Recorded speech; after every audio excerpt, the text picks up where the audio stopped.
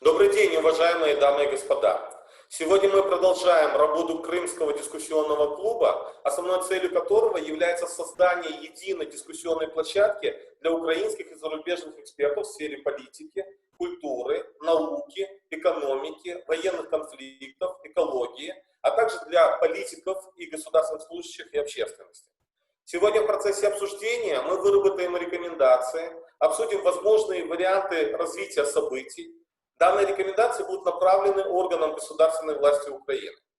Прежде чем перейти к теме 14-й сессии Крымского дискуссионного клуба, хочу проинформировать о техническом сопровождении нашей дискуссии. Наша сессия проводится на платформе Zoom, в которой принимают участие 6 экспертов и 20 участников. Также транслируется на странице Facebook Крымско-Татарского ресурсного центра. Также вы сможете посмотреть 14-ю сессию в записи на сайте Крымско-Татарского ресурсного центра.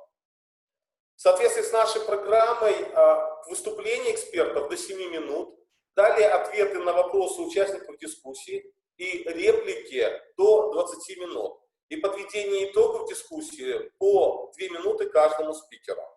Вопросы вы сможете прислать как в рамках платформы, так и на странице Facebook Крымско-Татарского ресурсного центра, которые я, соответственно, конечно же, буду озвучивать.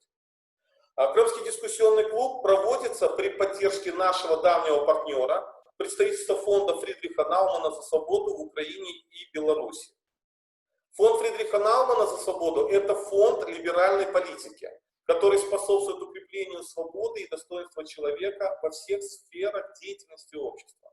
Представительство фонда в Украине и Беларуси является частью проектного региона Восточная и Юго-Восточная Европа. В Украине фонд начал свою деятельность в ноябре 2005 года, а в 2007 году открылся Киевский офис. Целью работы в Украине является поддержка общества, его стремление к самоопределению, демократии и рыночной экономике. Фонд работает с политическими партиями, общественными организациями и аналитическими центрами.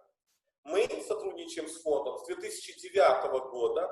Благодаря нашей совместной работе было проведено ряд мероприятий, направленных на защиту прав человека в Крыму, региональное развитие Крыма, развитие публичной дипломатии крымско-татарского народа и международных адвокационных кампаний в поддержку Украины. Ну, а теперь мы возвращаемся к теме нашей сегодня 14-й сессии. От российской репрессивной машины страдают не только жители полуострова, но и экосистема Крыма. Системная милитаризация, военная и промышленная деятельность страны-агрессора негативно влияют на флору и фауну Крымского полуострова и акваториях Азовского и Черного морей. С целью обеспечения экологической защиты Крыма Крымско-Татарский ресурсный центр ведет мониторинг случаев нарушения России экологических норм на полуострове. Так, например, за время оккупации в результате строительства трассы Таврида уничтожено более 134 тысяч деревьев и более 122 тысяч единиц кустарниковой растительности. На заводе «Крымский Титан» произошел выброс загрязняющих веществ в воздух. Российские компании незаконно добывают песок у берегов Крымского полуострова. В Керчи из-за добычи песка на территории Нижнечеркашинского водохранилища разрушилась часть дамбы, препятствующая попаданию отходов в море. В поселке Коктебель, оккупированного Крыма, в морской воде содержание иона аммония превышает предельно допустимую концентрацию 168 раз, фосфат ионов 39, анионных поверхностных активных веществ 20, а растворимый кислород ниже в 60 раз. Были уничтожены 73 дерева можжевельника. Под Симферополем незаконно вырубили 1650 деревьев, а в селе Терновка под Севастополем незаконно вырубили 4 гектара краснокнижных видов можжевельника. Российские власти вырубают деревья ради строительства жилых домов для российских военных в Севастополе. Проводится застройка Карадакского заповедника. Только за первое полугодие текущего года в оккупированном Крыму зарегистрировано 416 выбросов морских млекопитающих на побережье полуострова, что практически приравнивается к данным за 2019 год. Тогда за целый 2019 год было зафиксировано 468 особей. Конечно, Это только часть кричащих случаев, которые несут угрозу экосистеме Крыма. Особое внимание нужно уделять действиям оккупантов по нерациональному, а я бы даже сказал преступному использованию пресной воды из естественных источников. Использование золотого запаса пресной воды, то есть понижение водяной линзы в Нижнегорском и Джанкойском районах Крыма.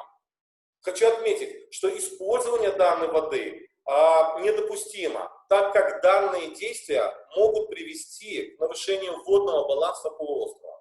А для восстановления только самого процесса уже требуется более 50 лет. Важно отметить, что в крымских водохранилищах остаточный водный проем находится на уровне мертвой отметки. Однако оккупанты продолжают качать воду. Это может привести к эрозии плотины и точки опоры, что может привести к серьезным последствиям после обильных осадков. Хочу напомнить, что Крым является родиной 3 коренных народов: крымских татар, караимов и крымчаков. Современные международные стандарты предусматривают особые коллективные, индивидуальные права коренных народов на минеральные и биологические ресурсы земель их традиционного поселения, в том числе право на морские источники. Поэтому сегодня предлагаются для обсуждения следующие вопросы. Первое. Хищническое расхищение природных ресурсов, уничтожение оккупантами заповедного фонда, рост загрязнения природной среды, вмешательство оккупантов в природные экосистемы, как влияет милитаризация на состояние окружающей среды и экологический кризис в оккупированном Крыму как необходимое условие крымской политики Украины. Ответы на эти острые вопросы мы попытаемся получить сегодня на 14-й сессии Крымского дискуссионного клуба на тему «Экологический кризис в оккупированном Крыму в контексте европейской системы безопасности». Ну а сейчас я хочу предоставить слово доктору юридических наук Борису Бабину, который расскажет вам о правах коренных народов в сфере экосистем. Пожалуйста. Уважаемые коллеги, я всех приветствую и рад, что мы обсуждаем настолько важные вопросы, как экология Крыма, родины 3 коренных народов, в преддверии Дня коренных народов мира, в условиях, когда международное право и акты цивилизованных стран гарантируют коренным народам особые права в сфере природопользования и особые права на участие в механизмах охраны экосистем, земель их традиционного проживания. Стоит напомнить, что помимо Декларации прав коренных народов, статьи которой гарантируют соответствующие права, Украина еще присоединилась и к Конвенции о защите биологического разнообразия, которая прямо закрепляет за коренными народами соответствующие права и, более того, обязывает наше государство, как и государство-агрессор, как и иные государства, предпринимать все возможные мероприятия по защите экологического наследия коренных народов. Что же мы наблюдаем на оккупированном полуострове? Все компоненты природных комплексов Крыма находятся под угрозой.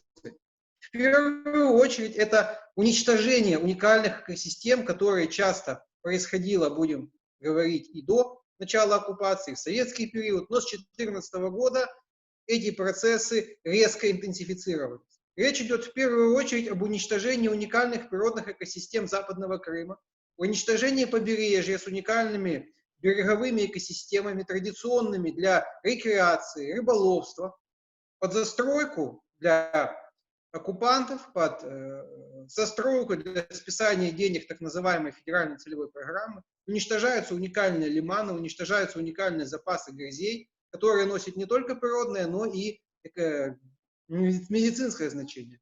Также следует сказать об уничтоженной экосистеме Севаша, которая на сегодня наполовину мертва и проводилась в сбросы химзаводов с Северного Крыма, а также на неконтролируемое природопользование этими заводами природных ресурсов Севаша, а также и хищническое расхищение в Восточном Севаше неподконтрольно, в том числе со стороны оккупантов. Следует особо упомянуть на хищническое, действительно, как сказал Искандер, использование водных ресурсов полуострова, уничтожение оккупантами Виленского, Ивановского, Новопетровского водозаборов Крыма. Мы сегодня видим анонсы оккупантов, что этого им недостаточно, что они уже хотят выкачивать пресную воду с шельфа Азовского моря с Арабатской стрелки, мы слышали такие заявления, что в условиях залежей в этих местностях не только пресных вод, но и термальных вод, а также нефтегаза слоев приведет к неконтролируемым последствиям. Хотел бы напомнить, что решение Меджлиса крымско-татарского народа было в очередной раз упомянуто и заявлено о существовании природных коллективных прав коренного крымско-татарского народа на ресурсы Крымского полуострова, в том числе и на морские, биологические и минеральные ресурсы прилежащих акваторий Черного, Азовского морей и залива Севаш. К сожалению, на сегодня эти заявления Меджлиса полностью игнорируются, к сожалению, не только государством-агрессором, а и Украиной. В частности, и в первую очередь это касается защиты запасов биологических ресурсов Черного, Азовского морей от неконтролируемого вылова, который на сегодня процветает как на Черном, так и на Азовском морях, а также в условиях фактической неконтролируемой добычи Российской Федерации песка в Каркиницком заливе, что приводит к уничтожению уникальных мест откорма рыбы для всего Черноморского бассейна, к уничтожению филофорных полей Зернова, как уникальных объектов природы, которые подлежат особому защите. Также Российская Федерация неподконтрольно добывает на шельфе Черного моря нефть, газоконденсат и неподконтрольно загрязняет соответствующие морские акватории экономической зоны Украины, а также, соответственно, акватории, на которые имеют особые коллективные права крымско-татарский народ. Следует призвать государства цивилизованного мира, Украину, к ужесточению своей позиции в международных организациях касательно защиты природных ресурсов Крыма, к усилению нашей позиции в Международной морской организации, в сельскохозяйственной организации ООН, иных профильных структурах, которые должны обеспечить коллективный контроль за сохранностью природных объектов, ресурсов Крыма. Спасибо.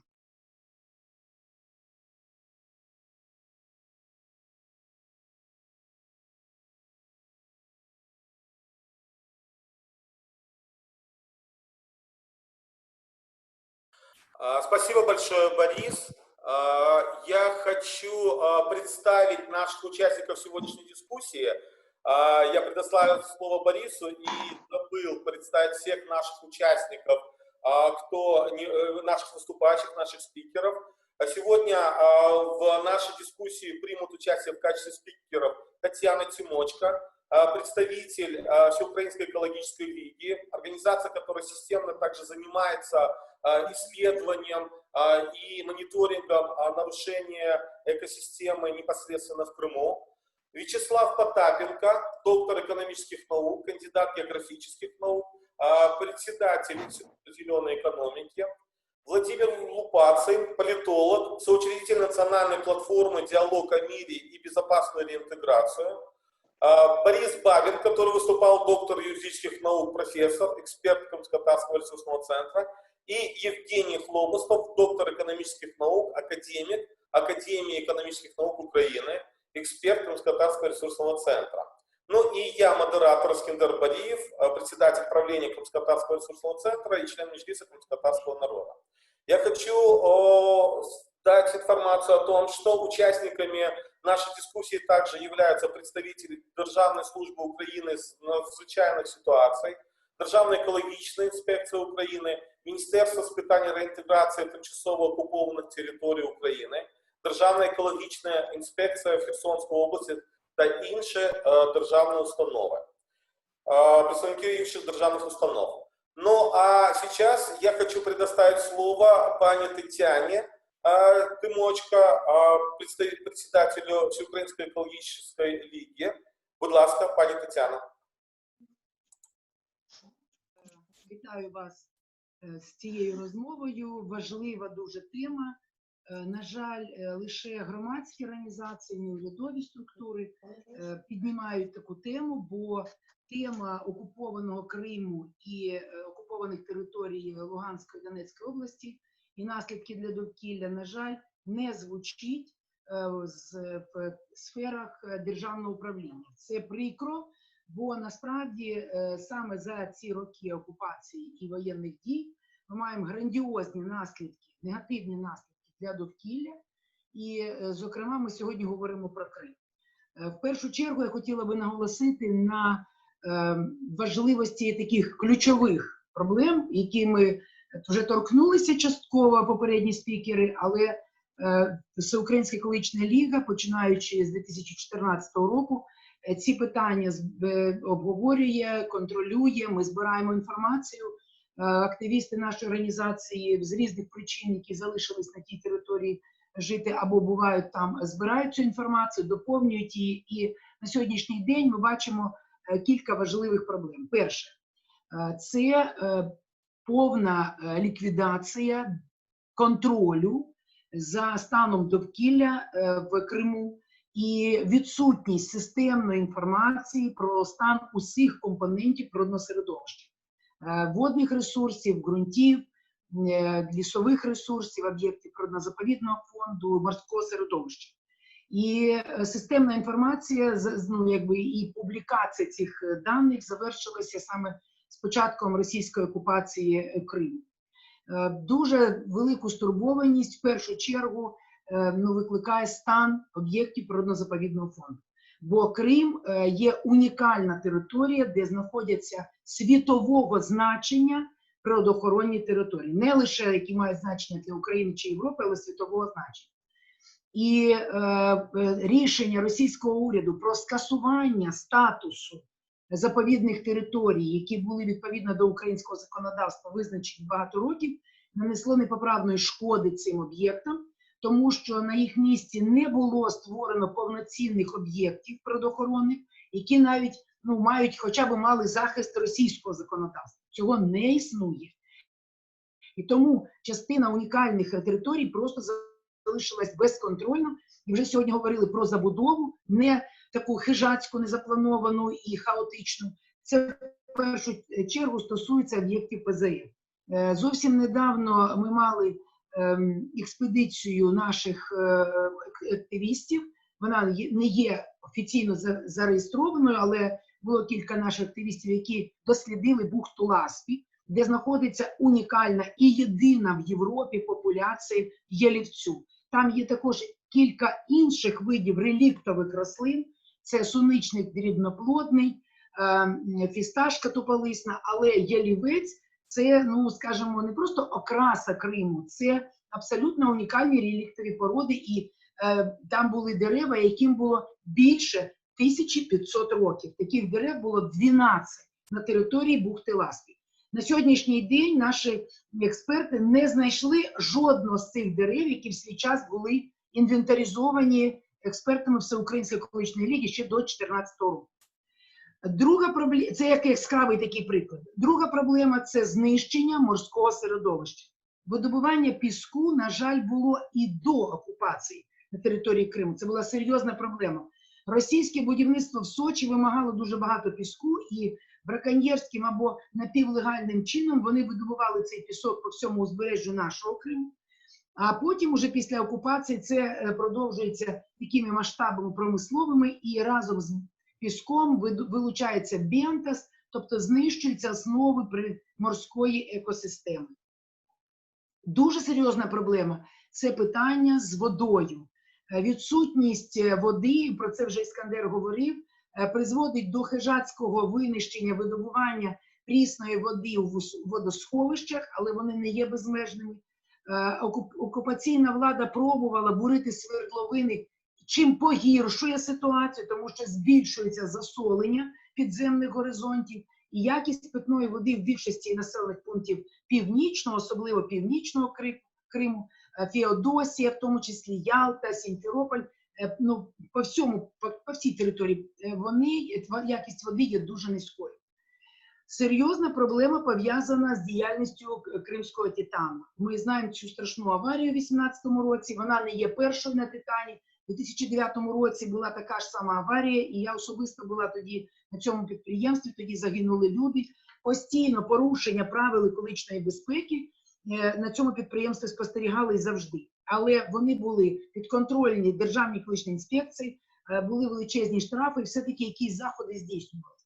Після окупації екологічна безпека на цьому підприємстві стала останнім питанням, і наслідком цього була аварія 2018 року в серпні місяці, внаслідок якої постраждала велика кількість людей, було забруднено повітря, нанесено непоправної шкоди природним екосистемам. І діяльність цього підприємства фактично є безконтрольною, тому що їм потрібні податки, які платить Титан в бюджет Крима, а життя і здоров'я людей, мешканців, які живуть поблизу, нікого не цікавить.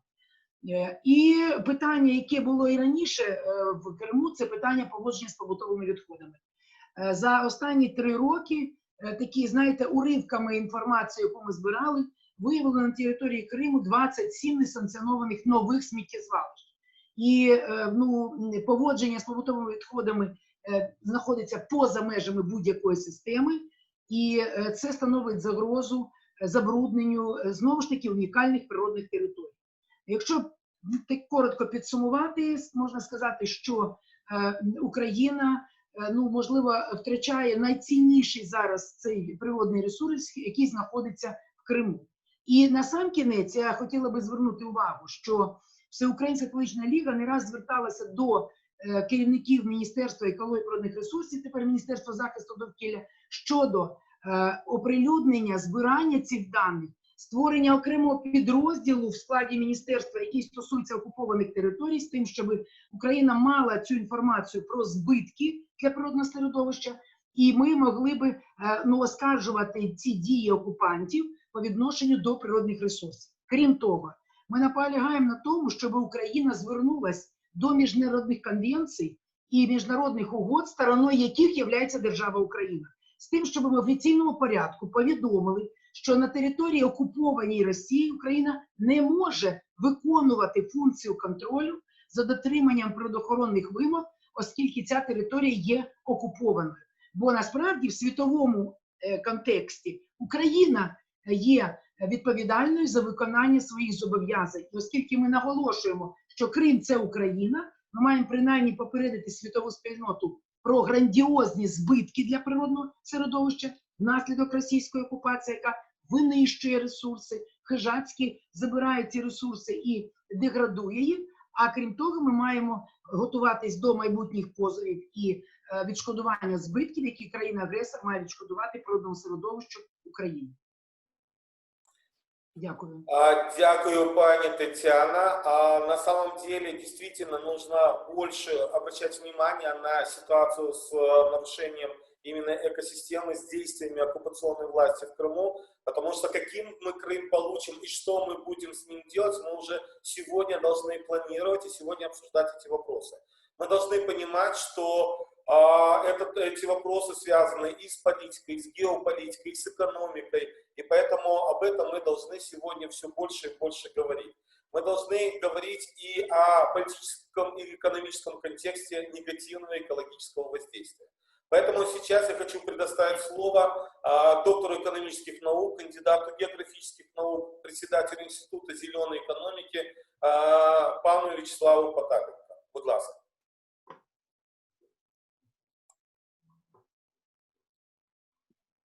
Дуже вітаю вас, дуже радий взяти участь в цьому обговоренні. Мені здається, що це важливо і це давно на часі, тому що про екологічні проблеми Донбаса, в принципі, робили певні заходи там, з 15-го року, а по Криму якось цього дуже мало. Тому я дуже вдячний за таку ініціативу. Тепер по суті, я такі дві тези висловлю і їх трохи розширю. Значить, перша теза, вона пов'язана з тим, що говорила Тетяна Валентинівна, але я хотів би конкретизувати, що насправді Крим за міжнародним законодавством, він знаходиться в Україні. Відповідно, ті нові закони в сфері екології, яких дуже багато було прийнято, які відповідають європейським стандартам, вони мають реалізовуватися на території України. Але на даний час такої можливості немає. Скажімо, у нас прийнятий закон про стратегічну екологічну оцінку документів державного планування. У нас є закон про оцінку впливу на довкілля. Ми працюємо з природно-заповідним фондом не просто на основі старого закону, у нас є смарагдова мережа. Ми приєдналися до кліматичних угод. У нас дуже широкий такий контекст розвитку зеленої енергетики, який, ну скажімо, дуже не співпадає з російськими нормативно-правовими актами, які застосовуються в Україні. І за цей час у нас наросла така дуже серйозна розбіжність. Тобто та адміністрація, яка діє в Криму, вона дотримується тих правил, які прийняті там плюс-мінус дотримуються, але вони суперечать українському законодавству. І виникає правова колізія, де Україна до певної міри має щось робити. Тобто я абсолютно погоджуюся, що треба поставити якось це питання до відома і намагатися через міжнародні організації вимагати від тієї адміністрації, яка працює в Криму, давати можливість представникам міжнародних екологічних організацій отримувати інформацію про стан і про дотримання тих законів, які є на території України, принаймні, щоб ми могли визначити цю дельту, тобто, що виконується, що не виконується. Тому що, якщо я аналізував мережі інтернет, і це друга теза, до якої ми переходимо, з одного боку, там досить багато екологічних матеріалів, до речі, там про відшкодування збитків щодо будівництва цієї траси Таврида на ділянці біля Севастополя, вони сплачують 800 мільйонів рублів російських. Тільки виникає питання, кому вони сплачують, як вони будуть використовуватися, як оцінювалися ці збитки, і таких прикладів дуже багато. І якщо ми вже говоримо про предметність, Крим, він з радянських часів був дуже такою мілітаризованою зоною. І ми знаємо, що Севастополь був базою Чорноморського флоту, там зберігалася ядерна зброя. Це сховище знаходиться в районі селища Куйбишева. Я колись, працюючи в університеті Шевченка, за обміном ми там проводили практики для студентів-географів на базі Симферопольського університету Вернадську. І це якраз була база, колишнє сховище ядерної зброї Чорноморського флоту. Тобто виникає дуже велике питання в зв'язку з мілітаризацією Криму, що там з ядерною зброєю, що там з хімічною зброєю, що там з токсичними речовинами. Тому що на сьогоднішній день, наприклад, берег Азовського моря Кримський, від Казантипу туди до Багірова, де аеродром авіації стратегічний, але з іншого боку там у нас вулкани Грязєві, у нас там унікальні природні комплекси. Ця територія, вона називається умовно Генеральські пляжі. В радянські часи вона використовувалася як полігон для військово-морських навчань. Потім його відкрили, там люди відпочивали, там були певні природно-охоронні території. На сьогоднішній день що з цим відбувається, з процесами серйозної мілітаризації і як ця мілітаризація впливає на навколишнє природне середовище, в інтернеті такої інформації нема. Ті громадські організації екологічні, які за часів до 2014 року активно працювали на території Криму, вони фактично згорнули свою діяльність. До речі, з паном Євгеном там брали участь в програмі розвитку ООН Кримській. Там в Криму було дуже активно з цією екологічною тематикою, тому що і тоді там було не все гаразд. А тепер, якщо знов-таки аналізувати публікації, соціальні мережі цих екологічних активістів, частина з них відійшла від активності, тому що в них, нема фінансування, з іншого боку, адміністрація їх не сприймає. Частина переїхала до Києва чи кудись в інші місця, і тому виникає такий певний вакуум. З одного боку, дуже багато говорять про ці 27 чи 28, за їхніми даними, цих ненормативних, невідповідаючих нормативами сховищах відходів і так далі. А з іншого боку, наприклад, екологічної оцінки будівництва моста через Керченського цього Кримського мосту з Тамані в Крим, такого, щоб вона була здійснена відповідно до міжнародного законодавства, яке адаптувала Україна, тобто оцінки впливу на довкілля. Її як такої нема. Як це буде впливати на міжнародну акваторію Чорного моря? Це велике питання. Наступне питання дуже велике, це все-таки те, що пов'язано з Кримським каналом, він не так був дуже екологічно небезпечним. Він навіть при будівництві там розраховувалося, що 42% води буде просочуватися. А фактично він працював ще гірше, він і так потребував реконструкції. На сьогоднішній день, тобто його перекриття, воно, я думаю, так було б, просто питання, це було питання часу. На сьогоднішній день, звичайно, оскільки Крим забезпечує водою на 28%, тільки, ну, там виникає питання, як вже правильно казали, використання там артезіанських вод, і інших вод. Знов-таки, наскільки це відповідає міжнародним стандартам, наскільки це відповідає законодавству України. Тобто мені здається, зважаючи на те, що на сьогоднішній день була заява Офісу президента про те, що є певна стратегія, хоча вона не публічне бачення, да, реінтеграції Криму, зважаючи на те, що у нас є створені відповідні міністерства, з моєї точки зору було б доцільно провести за прийнятими в Україні законами оцінку впливу на довкілля і стратегічну екологічну оцінку тих об'єктів, які фактично будуються і типу, які можна так чи інакше дістати документи. Тобто це ця траса Таврида, це Кримський міст, це ситуація, яка склалася з каналом Кримським. От. І це абсолютно необхідно. Ми повинні мати такі документи в будь-якому випадку, тому що Україна перед світовим товариством відповідає за екологічну ситуацію в Криму, який на сьогоднішній день є анексованим Російською Федерацією. На мою думку, також було б непогано налагодити якийсь контакт з тими екологічними групами, які на локальному рівні займаються своїми екологічними питаннями, хай на рівні там якоїсь громади.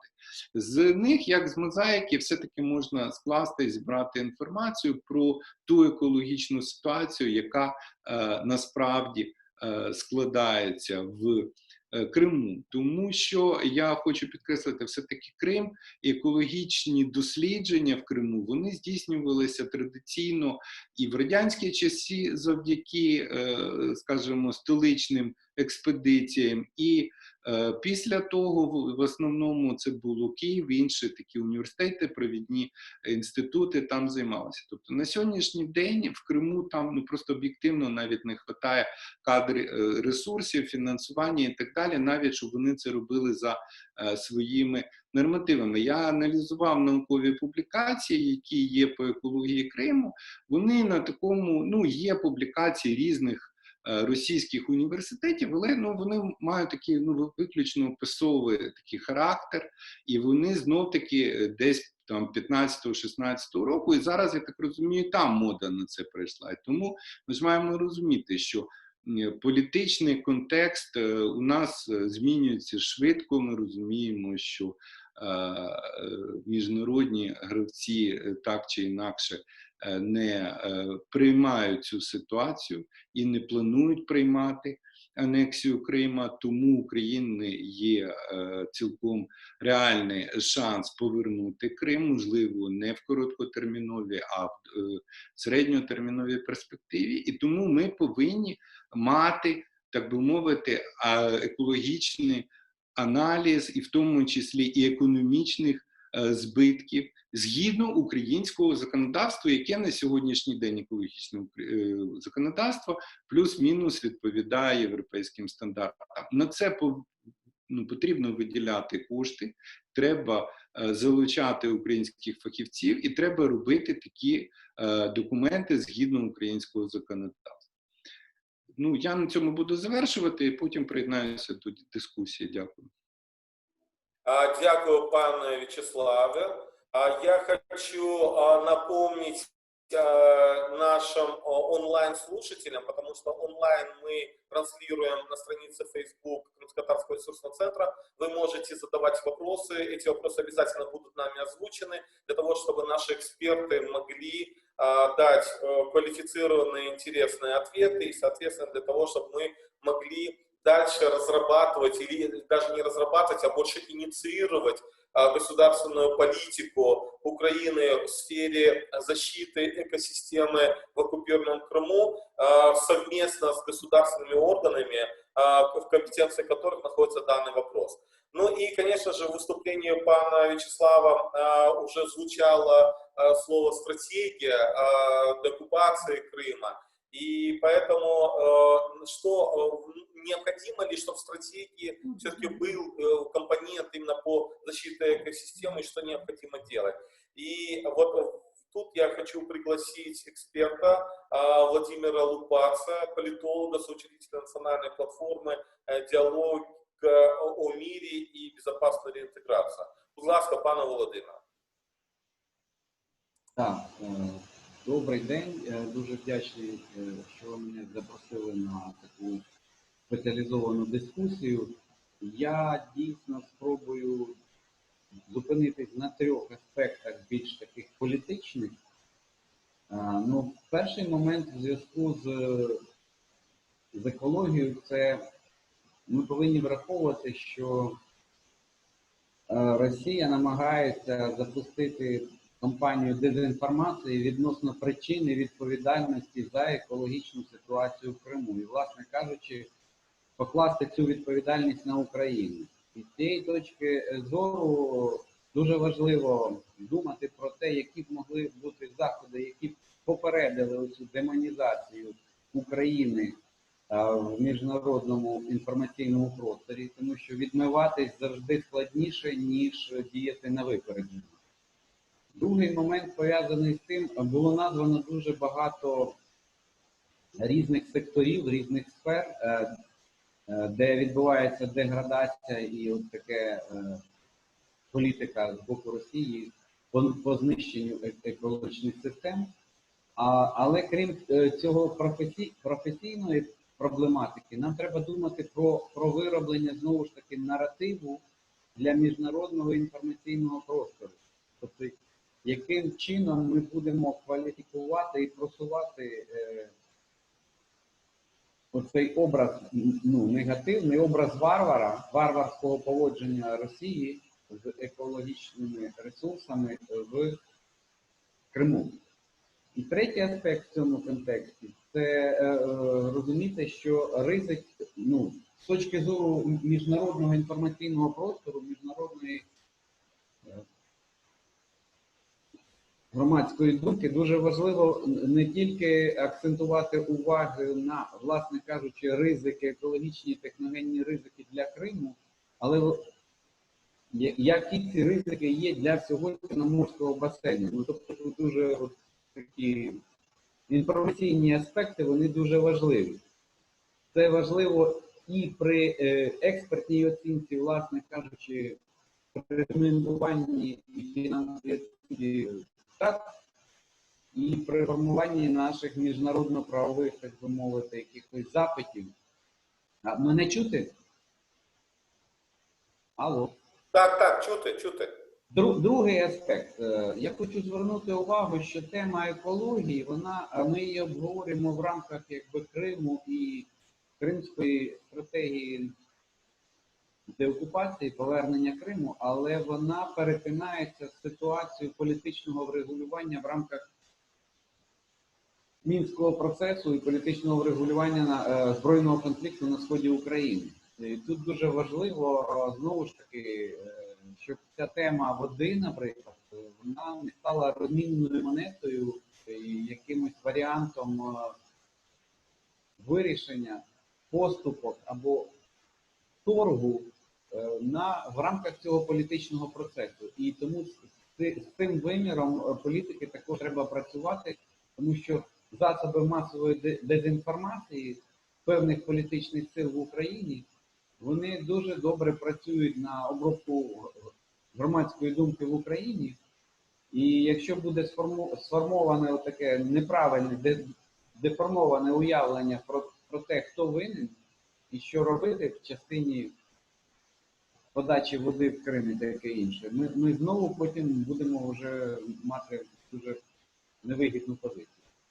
І третій компонент, з моєї точки зору, дуже важливий, знову ж таки, який виходить за межі, власне кажучи, рамки Криму, але має безпосереднє відношення для Криму. Для того, щоб мати позицію моральної переваги, наша ідентифікація політики Росії в сфері екології, вона повинна виходити з того, що у нас повинен бути свій власний демонстративний ефект, свій власний пілотний проект на материковій Україні. Про що йде мова? Ну, тобто тут виникають питання, наскільки у нас забезпечується, ми не можемо не ставити питання про рівень природокористування в причорноморських областях, про екологічні стандарти в цих областях. І глобально це питання формування моделі сталого розвитку сільського господарства в умовах кліматичних змін і наростання дефіциту водних ресурсів. Тобто, якщо ми на території Херсонської області можемо реалізувати, запустити пілотні успішні проекти, які будуть демонструвати зовсім інші стандарти про поведення сільського господарства і використання водних ресурсів, тоді у нас буде, умовно кажучи, експортний товар. Тобто ми будемо демонструвати, з чим Україна готова буде повернутися в Крим на контракт. Ну, я на цьому зупиню.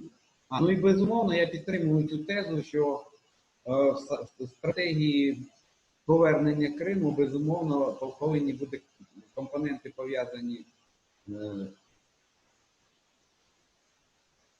міжнародним захистом екологічних ресурсів в Криму і появою міжнародної моніторингової місії потрібно лобіювати. Можливо, це в пакеті навіть в тому числі тимчасово окупованими територіями на сході України, лобіювання міжнародної місії по моніторингу екологічної ситуації, екологічних та техногенних ризиків в Криму, в акваторії Чорного моря, Чорного моря. Дякую. Дякую, пане Володимире. Однозначно, что каким мы Крым получим и что необходимо уже сегодня предпринимать с учетом устойчивого развития, с учетом экономических дальнейших процессов. Кроме того, я был одним из тех, кто активно участвовал в экспертных группах еще до оккупации Крыма, организованных Европейским Союзом по устойчивому развитию, по развитию Крыма. И, конечно же, вот та ситуация, которая возникла с оккупацией, те действия оккупанта, которые полностью меняют, я бы даже сказал бы, саму систему хозяйствования Крыма из-за милитаризации, из-за собственных действий, конечно же, заставляют нас задуматься уже об этих процессах сегодня. И поэтому я хотел бы предоставить слово пану Євгену Хлобустову, доктору економічних наук, академіку Академії економічних наук України, експерту Кримськотатарського ресурсного центру. Пане Євгене, будь ласка.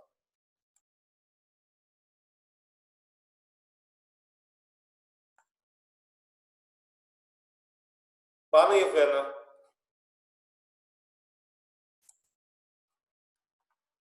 Вас не чути.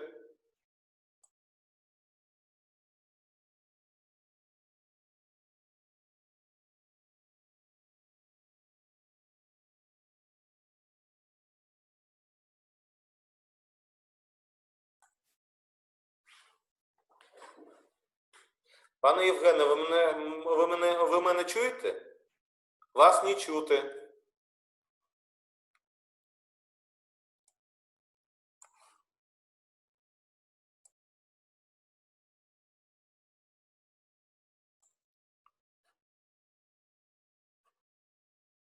Я так понимаю, есть у нас некие такие технические проблемы. Мы пока не слышим Евгения Хлобустова. Я надеюсь, что мы сейчас в процессе попытаемся переподключиться для того, чтобы услышать. Но я хочу напомнить пока нашим слушателям, кто в онлайн подключился через страницу Facebook, что вы можете писать нам вопросы. Мы обязательно эти вопросы озвучим для экспертов.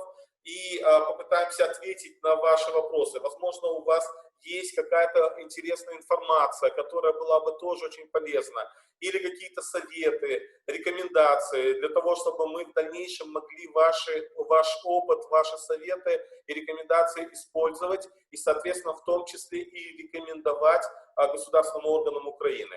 А сейчас еще раз попробуем. Пане Євгене, ви чуєте? Будь ласка.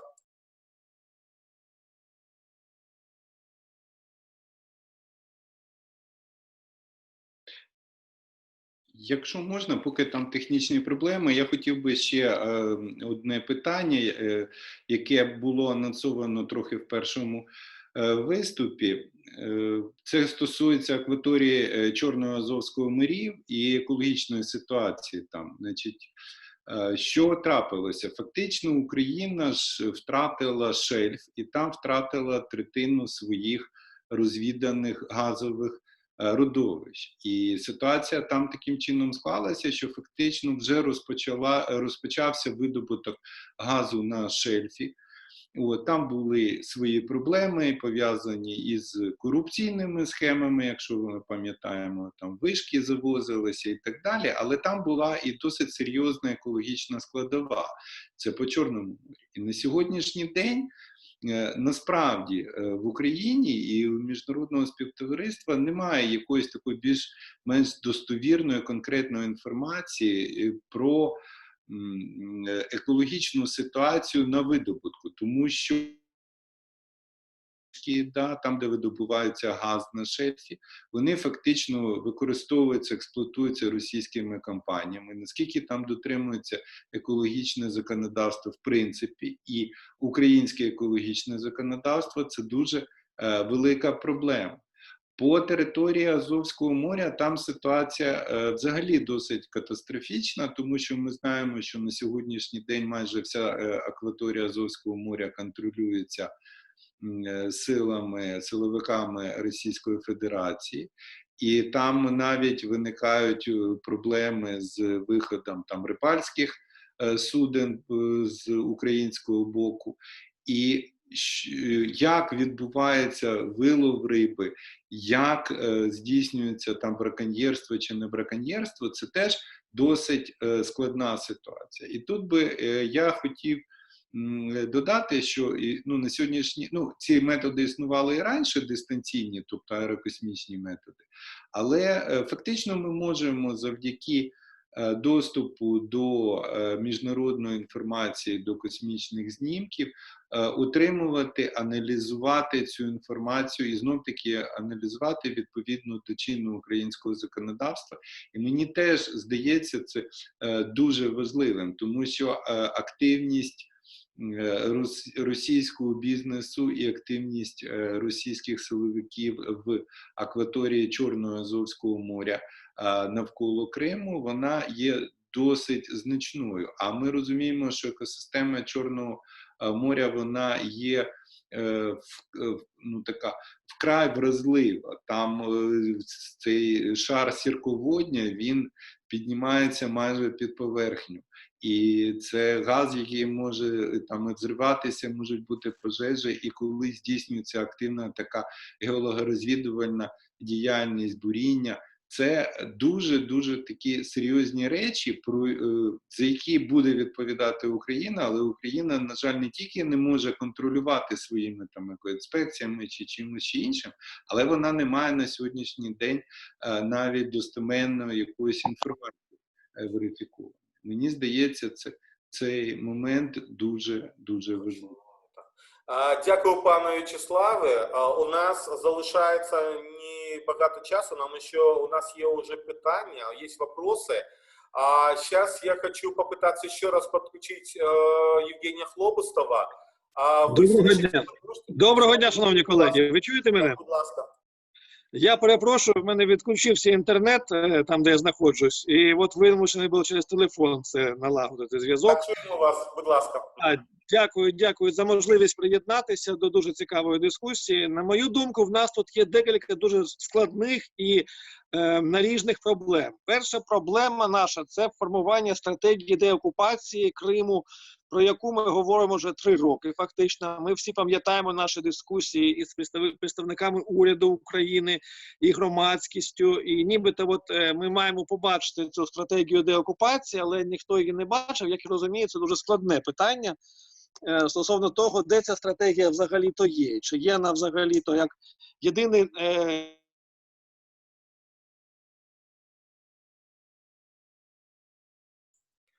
Так, я так розумію, що у нас знову виникли проблеми, да? Алло. є захмарною, дуже складною. На сьогодні в нас є можливості оцінити хоча б дотично розміри збитків для довкілля, яке пов'язане з такою військовою діяльністю, з навчанням, з вибухами і таке інше. І було б дуже цікаво це зробити, хоча б трошки орієнтуватися, що ми маємо стосовно хоча б українського або міжнародного чинного законодавства. Третя дуже важлива проблема – це проблема питної прісної води, взагалі прісної води. Як ми нещодавно з вами чули, що 46 свердловин було створено за часи окупації Криму. Фактично на сьогодні йде зміна режиму використання поверхневих вод, якість цих вод змінюється. І фактично через декілька років ми будемо мати принципово іншу ситуацію з прісною водою в Криму. На жаль, значно гірше, ніж вона була до 2014 року. Наступна проблема – це проблема природозаповідного фонду в межах тих територій, які на сьогодні під активною забудовою знаходяться. Йдеться не тільки про трасу Таврида, не тільки про міст Тамань-Керч, йдеться про численні забудови на південному узбережжі Криму і не тільки, те, що пов'язано у Східному Криму, поблизу Євпаторії, тобто всі проблеми, які на сьогодні пов'язані з тим, що потрошечки відшматуються об'єкти природозаповідного фонду. І що на сьогодні залишається, це велике питання. Ми у Міністерстві з питань тимчасово окупованих територій про це говорили, що нам треба взагалі-то приєднати наші можливості Українського космічного агентства, щоб трошки побачити в натурі, що ми маємо на сьогодні з об'єктами природозаповідного фонду в Криму.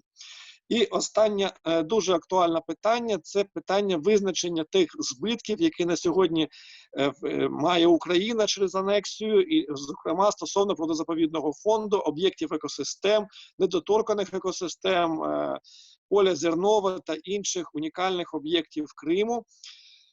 Таку роботу з економічної оцінки заподіяних збитків давно пора би зробити було. Це було б дуже гарно для того, щоб більш коректно відстоювати наші національні інтереси у міжнародних судах, які, я сподіваюся, ми ж таки маємо ініціювати з цього приводу.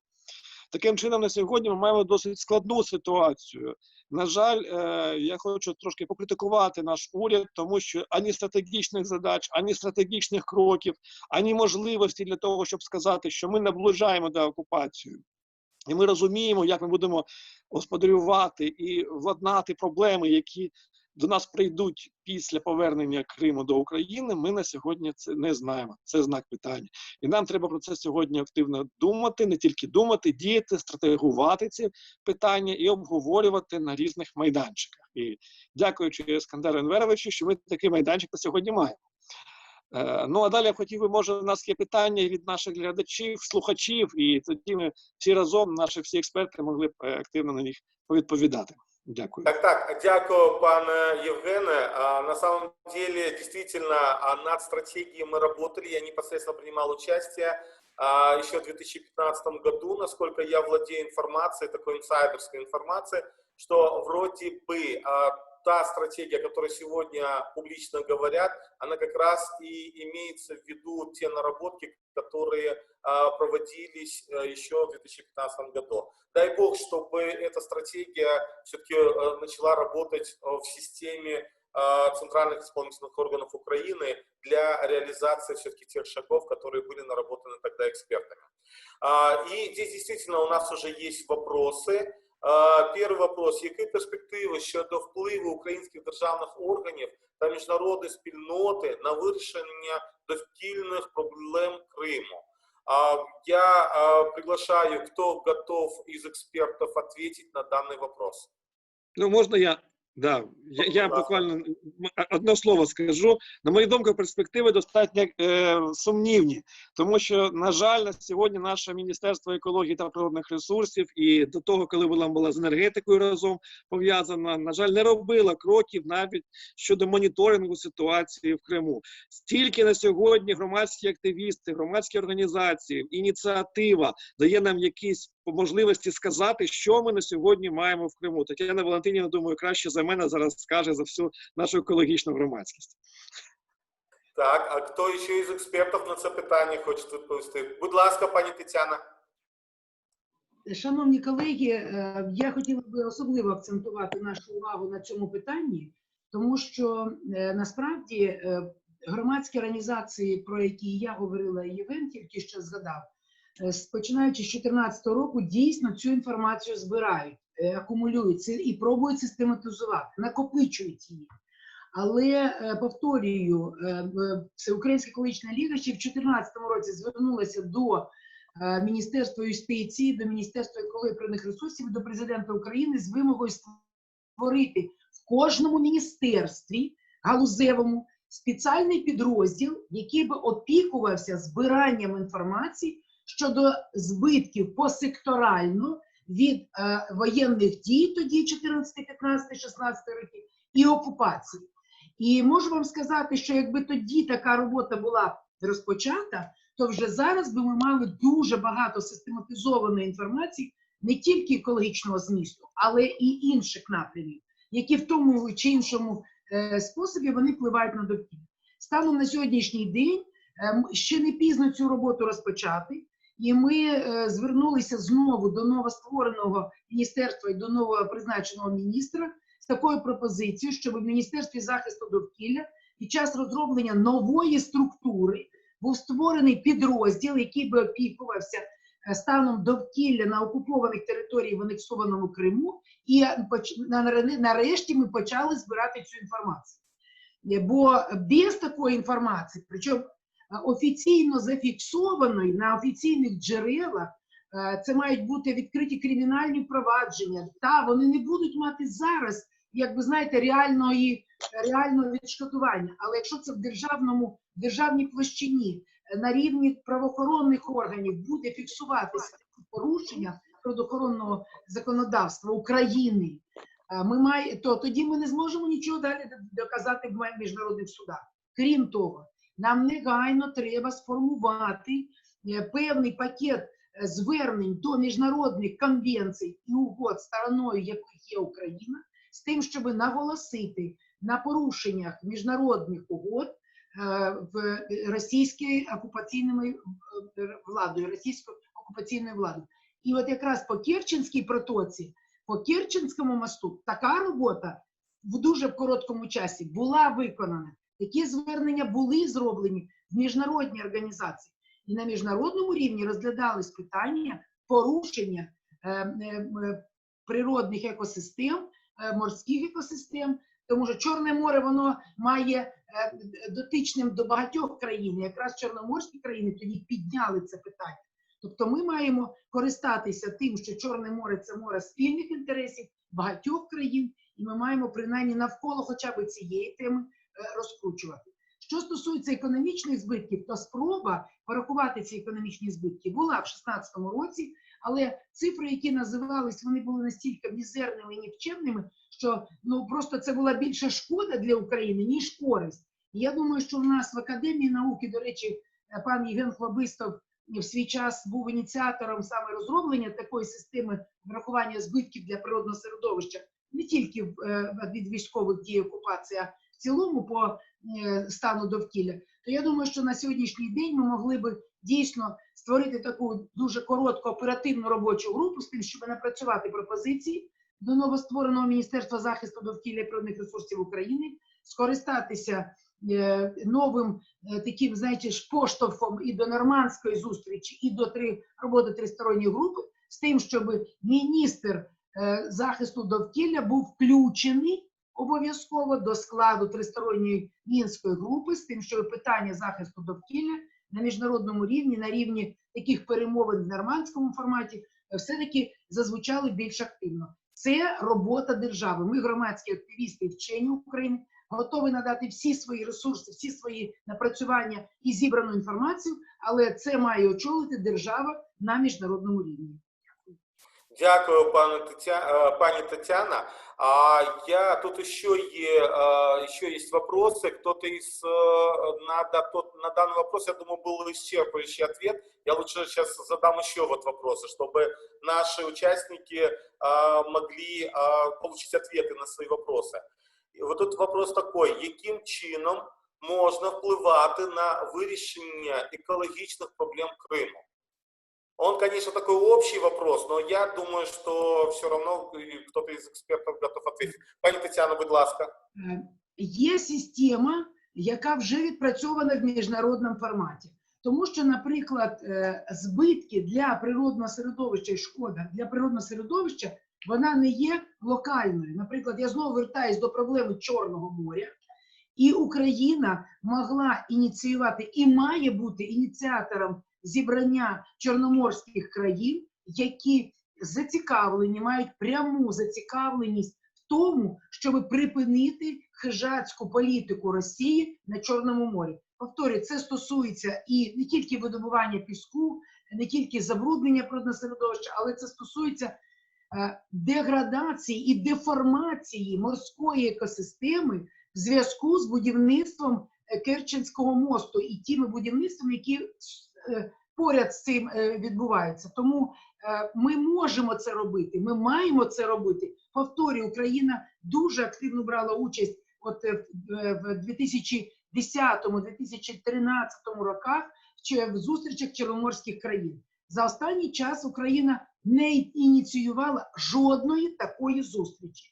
Я думаю, що ми могли би, власне, і за допомогою вашого ресурсу, пане Іскандер, і Екологічна ліга готова підготувати такі документи обґрунтовані з тим, щоб спонукати Українське Міністерство захисту довкілля до проведення таких систематичних зустрічей країн Чорноморського регіону. Тут, може, не всі збитки, якби Донбас мені болить дуже, але це далека територія від інших країн, це якби більш внутрішня територія, яка менше впливає на інші країни. Чорноморський регіон дуже вразливий. Останнє дослідження, яке було проведено Європейським Союзом і країни, гроші виділили на це, показує страшну критичну ситуацію з окремими компонентами морської екосистеми Чорного моря. І це дуже серйозно турбує уряди всіх чорноморських країн. І Україна мала би з точки зору екологічної ініціювати, але обов'язково наголосити на політичному моменті, на порушенні прав природних екосистем саме внаслідок окупації. Це можна зробити, і це треба зробити. Дякую, пані Тетяна. Хтось із експертів хочет ответить еще? Ну, я думаю, достаточно полный был такой ответ. Тут еще у нас есть вопросы. Я вот смотрю, мне принесли. Який потенціал міжнародної екологічної активності для Криму? Кто из экспертов готов ответить на данный вопрос? Пане Євгене, включите микрофон тогда. Угу.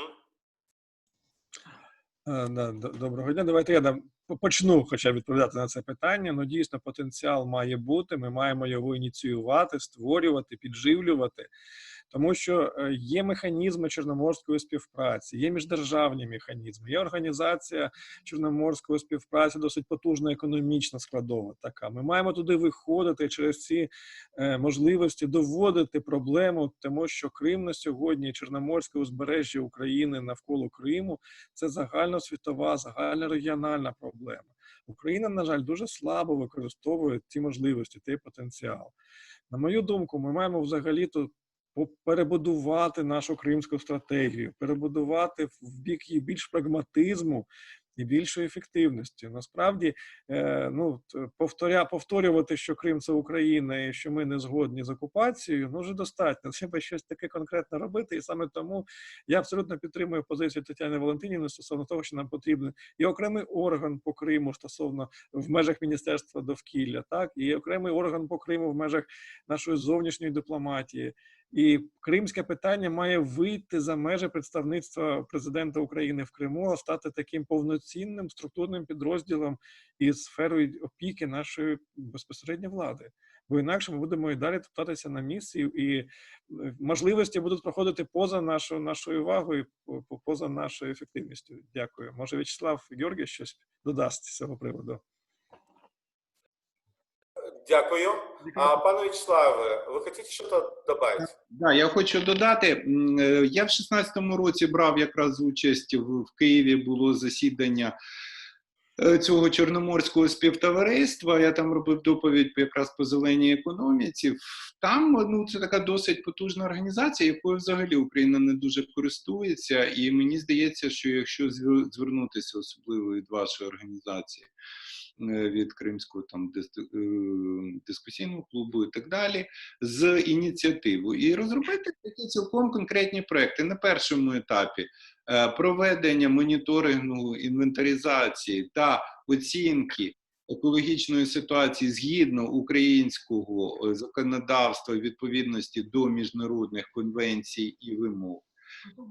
І тоді, коли в нас буде ця база, оцінка, в тому числі збитків, екологічних збитків, економічних збитків, тоді можна буде ці документи передавати в міжнародні організації, суди, і наступним етапом буде безпосередній вплив на тих забруднювачів, на ті організації, які здійснюють цю активність. Тому що на сьогоднішній день вийшло так, що в Криму там активісти не фінансуються, Росія теж в цьому не дуже зацікавлена, Україна теж це не фінансує.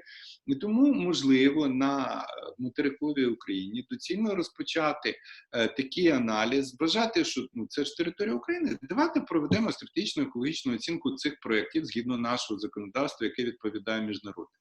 Проведемо оцінку впливу на довкілля конкретних об'єктів, які будуються. Тоді проведемо оцінку збитків, в тому числі там, для природно-заповідного фонду, для флори, фауни Криму.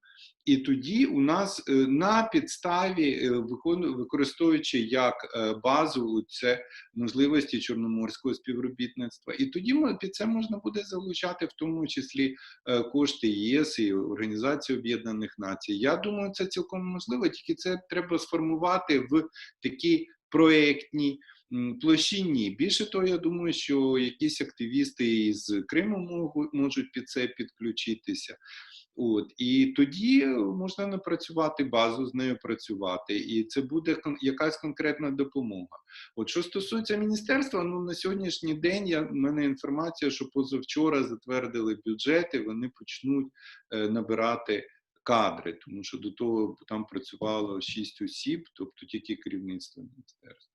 Тому якраз зараз дуже такий гарний час, коли можна ініціювати цю тему, і я думаю, що міністерство буде на це реагувати позитивно. Але не треба зосереджуватися виключно на Міністерстві екології, тому що це, скоріш, питання стратегії реінтеграції. І екологія завжди дуже така гарна тема для початку дуже складних міжнародних, міждержавних процесів. Тому що людей, які будуть виступати проти покращення екологічної ситуації, важко собі уявити. Тобто всі скажуть, да, ми в принципі за, і це може бути якимось такою першою ластівкою, як зрушити з місця ці процеси. Насправді, як каже пан Євген, перестати говорити просто якимись лозунгами, а почати робити якісь реальні речі згідно українського міжнародного законодавства, які будуть основою не тільки для претензій, а і для реальних вимог для природокористувачів, незалежно від того, що вони знаходяться на цій території. Наприклад, російські великі компанії, такі як Сбербанк і так далі, вони дуже чутливі до цих міжнародних санкцій, вони не працюють в Криму, не планують працювати. І тому, якщо там якась діяльність буде здійснюватися згідно з міжнародним законодавством, я думаю, це може бути сприйнято навіть якимись елементами того бізнесу, який діє на цій території. Тобто я за пропозиції, конкретні проєктні пропозиції, І далі їх треба виносити. Не треба дуже орієнтуватися на наші державні органи. Зараз криза, досить мало грошей, тим більше після об'єднання і роз'єднання міністерств на природоохоронні заходи на цей рік вже нічого не залишилося, це тільки на наступний рік. Тому треба більше орієнтуватися з моєї. Дякую. Дякую, пане Вячеславе. Я хочу обратить внимание на следующее, что действительно у Крыма есть своя собственная история. История активности именно экологических активистов. Если помните, еще в советские времена, именно благодаря активистам, экологическим активистам в Крыму смогли остановить строительство Щелкинской атомной электростанции. И эти люди на самом деле по сегодняшний день, те, которые непосредственно в те времена участвовали в этом процессе, они в том числе живут в Крыму. Другой вопрос, что мы понимаем, что новые условия, мы понимаем, что где-то нужно перестроиться с учетом вот того давления на какую-то общественную активность со стороны оккупационной власти. Это, конечно, очень сильно влияет на моральное состояние тех людей, которые могут в этом плане быть нашими соратниками и активно работать в этом направлении. Но я полностью поддерживаю пана Вячеслава в том плане, что именно экология, именно проблемы окружающей среды, но против них никогда никто не сможет выступить, если мы будем грамотно и качественно подавать этот процесс. То, о чем в том числе и говорила пани Тетяна. И поэтому здесь нам надо консолидировать все наши усилия, проводить межсекторальное взаимодействие для того, чтобы действительно мы могли подготовить качественные и хорошие документы. Но, к сожалению, тут еще есть вопросы, но время поджимает, и я все-таки хотел бы в конце нашей дискуссии предоставить, где-то по 1,5 минуты каждому эксперту для того, чтобы, скажем, резюмировать нашу беседу. Я еще раз напомню, что на основании наших бесед, тех рекомендаций, которые были озвучены, мы обязательно составим документ и будем направлять во все государственные органы Украины, компетенции которых находится данный вопрос, для того, чтобы в дальнейшем мы могли искать точки соприкосновения и формировать или помогать в формировании системной государственной политики в данном вопросе. Ну и уже предоставить слово я, наверное, все-таки пани Тетяне первой я предоставлю слово, все-таки прекрасная представительница прекрасного пола, которая участвует в нашей сегодняшней дискуссии. Будь ласка, пані Тетяна. Дякую. Шановні колеги, наша дискусія мала різні думки і підходи в розв'язанні проблем, якою ми опікуємося всі разом. Але я ще раз наголошую, враховуючи величезний досвід громадської організації, Всеукраїнської екологічної ліги, і от ви тут згадали про плановане будівництво в свій час атомної станції на півострові, так, тоді завдячуючи саме активістам вона була зупинена, але хочу нагадати плановане будівництво газопроводу Ялта-Фарос-Севастополь, яке б хотіли збудувати в Україні в 7-8 роках, але також активісти цього не дали, Академія наук до цього підключилась. Просто такі люди там є, але врахуйте, будь ласка, що російська окупація – це не просто, знаєте, якісь там пропорції російські на фонарних стовпах. Це жорсткий режим репресій і переслідувань людей, які думають інакше. Я вам хочу сказати, що одним із перших актів в 2014 році була заборона українських природоохоронних організацій. Їхня реєстрація була скасована, і людей, які були членами екологічної ліги, викликали в Севастополі ФСБ, попереджали про те, що вони будуть мати неприємності внаслідок того, що вони займаються охороною довкілля. Більше того, в російському законодавстві заборонено звертатися зі скаргою на діяльність державних органів. Тому покладатись зараз на те, що в Криму, щоб хтось цим займався, не варто. Ми не маємо навіть піддавати ризику цих людей, наших активістів. Ми знаємо, що відбувається з кримськими татарами, які просто за своє власне кровне добиваються своїх прав, які вони тисячними жертвами заслужили. Ми це бачимо. Але саме тому я наголошую, в Україні не така ситуація. Ми, громадські організації, здійснюємо свою діяльність відверто. Але тільки держава Україна, на моє глибоке переконання, має взяти це питання у власні руки нарешті і почати фіксувати ці порушення, збирати, аналізувати, систематизувати і доносити до міжнародної спільноти всі негативні наслідки російської окупації. Повторюю, тільки державні органи. Тому Всеукраїнська екологічна ліга просить внести в наші пропозиції рекомендації створити в новому Міністерстві захисту довкілля спеціальний підрозділ, який опікуватись має питаннями збитків для довкілля від російської окупації в Криму і наслідків воєнних дій на Донбасі. Це перше. Друге, ми маємо звернутися до міжнародної спільноти, і це має зробити Міністерство закордонних справ, це має зробити Міністерство захисту довкілля, це має президент України на кожних зустрічах наголошувати на тому, що тема, якою опікується весь світ збереження довкілля в Криму і на Донбасі, не просто ігнорується, а ми маємо вже зараз негативні наслідки, які будуть стосуватись не лише України. На державному рівні ми маємо ці питання піднімати, фіксувати, і Україна має підняти це питання в усіх конвенціях і міжнародних угодах, членами яких є Україна. Їх більше 128 міжнародних угод, і ми хоча б маємо лист написати, що такі-то види вразливі в Криму вже або на межі зникнення, або зникли. Такі-то види ковили, наприклад, знищені під час воєнних дій на Донбасі. Що в Криму унікальні реліктові рослини знищуються внаслідок хаотичної забудови. Ми маємо про це писати весь час в ці конвенції, в секретаріати конвенцій і секретаріати цих угод. Принаймні світ буде знати щоразу про такі порушення. Розумієте? І на міжнародному рівні це будуть реальні санкції проти тих підприємств, які, наприклад, діють там. Той же Титан, якщо б українська влада реально почала фіксувати порушення екологічних прав людей і природи з боку діяльності цього підприємства, то я вас запевняю, саме це підприємство на міжнародних ринках мало би дуже серйозні проблеми. Тобто це державна справа, і держава Україна має нарешті почати ці питання загострювати.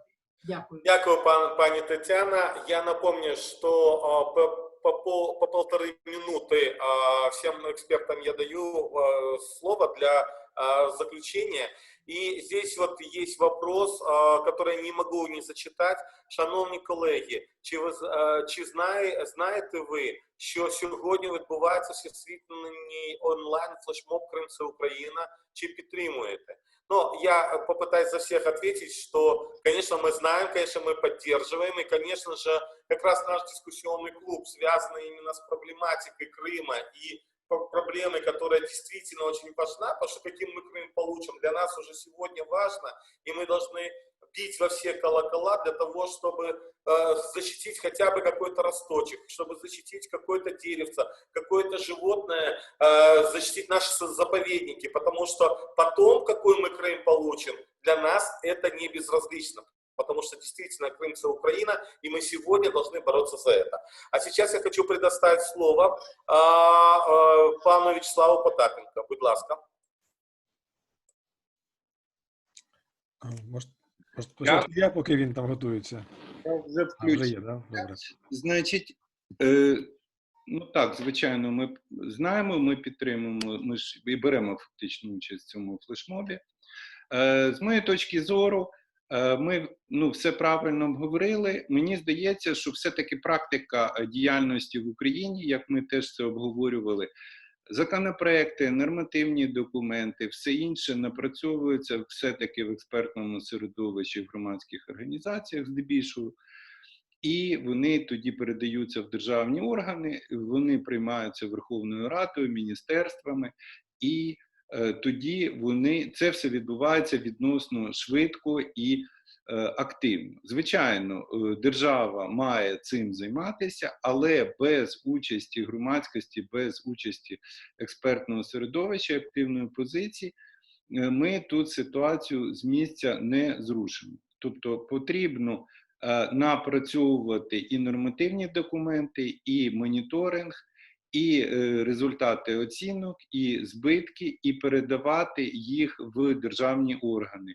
І не тільки міністерство, яке опікується екологією, а в тому числі і в Верховну Раду і в ті центральні органи виконавчої влади, які займаються проблемами Криму і Донбасу, і Міністерство закордонних справ.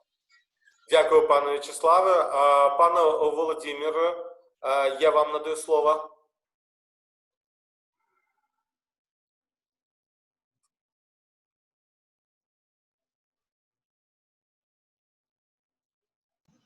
Да. Я коротко, я хочу ще раз повернутися. Ми дуже багато позначили проблем і дійсно є великий фронт роботи, але я хочу вписатись таке вже проєктний вимір, якби, да? Проєктний вимір. Я би все одно рухався для того, щоб цю тему актуалізувати. Руху, який зараз є навколо розробки, підготовки стратегії повернення Криму. І з неї точки зору, от навіть склад експертів в сфері екології, там, техногенної безпеки та інше, це коло експертів просувати, запропонувати, умовно кажучи, в тому числі і МІДу, використати екологічну тематику як інструмент, перш за все, повернення теми Криму в інформаційний і політичний порядок денний в Україні і за кордоном. І, власне кажучи, тут просто треба як інструмент. А способом просто потрібен такий спеціальний медійний проект, тому що ця тема дуже чутлива і вона буде дуже добре сприйматися громадською думкою в Україні і в тому числі підштовхувати політиків. Тобто це повинен спочатку бути пакет інформаційних продуктів, які по екологічним злочинам Російської Федерації, і далі, власне кажучи, думати про інформаційну кампанію в українських і міжнародних СМІ, тобто візуалізація в віртуальному просторі цієї проблематики. І через цю проблематику, власне кажучи, один із каналів актуалізації теми Криму взагалі. Тому що от шукати цей наратив того, що Росія просто утворює там такий екоцид, підриває цілі сталого розвитку Організації Об'єднаних Націй і підриває екологічну безпеку країн Чорноморського узбережжя. Тобто попереду повинна йти інформаційна кампанія. Якщо ми не можемо нічого зробити, інформаційній і політичній, дуже важко просувати. Ну, ми розуміємо, наскільки у нас неефективна система реагування на порівняння державними структурами. Дуже важко це просунути у ці більш професійні, спеціальні проблеми, про які ми говоримо. Тобто, от, можливо, центр може такого роду проєкт запропонувати. Він, по-перше, він малобюджетний, але може дати нормальний такий зворотній ефект. Дякую. Дякую, пане Володимире. Зараз я надаю слово пану Євгеніну. Дякую, пане Іскандере. На мою думку, нам треба акцентувати увагу на декількох складових нашої сьогоднішньої дискусії. Перше – це публічне обговорення стратегії деокупації. Обов'язково в цій стратегії деокупації Криму має бути екологічний розділ, тобто природоресурсний, природоохоронний. Друге питання – це оцінка збитків від забруднення довкілля, від надзвичайних подій, від військової діяльності, все, що пов'язано з комплексом еколого-економічних збитків. Наступна частина – це все ж таки визначити, яким ми бачимо Крим на найближче майбутнє. Яким ми бачимо Крим в контексті кліматичних змін. Це дуже серйозне питання, тому що от ми бачимо, що за прогнозами наших кліматологів до 30-35 року Крим може взагалі-то стати островом. А це вже зовсім інша ситуація стосовно наших впливів і нашої можливості з цього приводу. І останнє питання – це проблема кримської прісної води. Йдеться не про те, що ми запускаємо чи не запускаємо канал з України. Його сьогодні неможливо запустити після такого довгого, сухого терміну.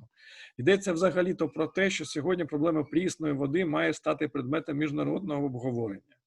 Міжнародного обговорення в контексті того, які ми будемо мати екосистему Криму після знищення фактично стратегічного запасу прісної води Криму через постійне видобування зі свердловин тієї води, яка сьогодні там є. І дуже добре, що така дискусія відбулася. Я всім дякую. Я сподіваюся, що це буде комплектом документів, рекомендацій до різних органів нашої влади, від виконавчої до законодавчої і до публічного говорення, щоб ми просували головну тезу повернення Криму в Україну. Дякую.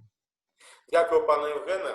Но что время, к сожалению, подходит к концу. Действительно, на мой взгляд, сегодня получилась очень хорошая дискуссия, которая должна дать дальнейшие результаты или дальнейшие шаги. И я думаю, что мы не только будем дискутировать на таких вот на сессиях Крымского дискуссионного клуба, но мы будем стараться более точечно брать те или иные темы и, соответственно, на основании этих тем подключать максимально государственные органы Украины. Я хочу поблагодарить всех наших экспертов, которые сегодня нашли время и приняли участие и дали достаточно интересную и расширенную информацию. Я хочу поблагодарить представителей державных исполнительных органов, которые участвовали в нашей сегодняшней, находятся, мы их даже если не слышали, но они являются нашими участниками. И я думаю, что все эти рекомендации, которые были, они будут учтены. Ну и, как я уже обещал, что мы со своей стороны подготовим документ с рекомендациями и обязательно направим во все государственные органы Украины, в компетенции которых находятся данные вопросы. Ну и, конечно же, учитывая, что и сегодня проводится флешмоб «Крым за Украину», мы поддерживаем данный флешмоб, мы всегда заявляли и говорим о том, что Liberate Crimea, освободите Крым, и как раз-таки вопрос, скажем, уничтожения, или как было сказано, экоцид крымской экосистемы, это действительно один из важных вопросов, который может привлечь внимание и может быть, скажем, инструментом для новых санкций в отношении страны-агрессора. А так мы всем желаем успеха, мы желаем объединения наших усилий, мы желаем консолидацию наших сил и, соответственно, я думаю, что благодаря вот данным дискуссиям мы сможем все-таки приблизить тот час, когда все-таки Крым будет свободным. И сегодня мы должны действительно заботиться о том, каким или какой Крым достанется для нашего потомства, для наших потомков. Всем до свидания. Большое спасибо за участие в нашем Крымском дискуссионном клубе. До новых встреч. Дякую вам. Добре. Побачення. До побачення.